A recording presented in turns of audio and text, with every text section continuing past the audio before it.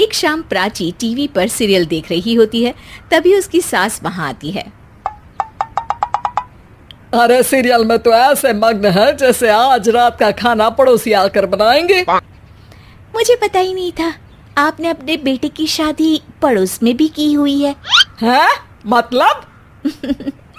मतलब इस घर में सारा काम बहू ही करती है, आप तो सिर्फ खर्राटे मारती हैं।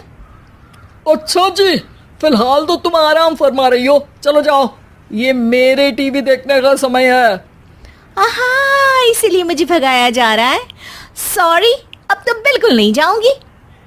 प्राची की इस बात पर दोनों सास बहू के बीच टीवी रिमोट के पीछे बच्चों जैसे छीना झपटी शुरू हो जाती है, जिसके बीच श्लोक भी काम से घर वापस आ जाता है।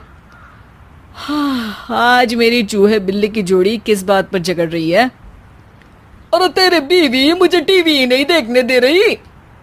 अरे तुम्हारी मम्मी मुझे खाना बनाने के लिए फोर्स कर रही है। अरे वाह, ऐसे बेतुके रीजन पर तो बच्चे भी झगड़ा नहीं करते। अरे मुझे कुछ मत बोल, सब इसने ही शुरू किया है। हाँ हाँ, जैसे आप तो बहुत दूध की धूली है ना। अरे बस, दोनों चुप। प्राची जाओ, खाने की तैयारी करो। और माँ तुम छोड़ो, तुम्हें क्या बोलूं, शांति से अपना सीरियल देखो, मुझे दोबारा लड़ने की आवाज सुनाई नहीं देनी चाहिए। ऐसा बोलकर श्लोक वहां से चला जाता है, जिसके पीछे पीछे प्राची भी कुछ न कुछ बड़बड़ाते हुए रसोई में चली जाती है।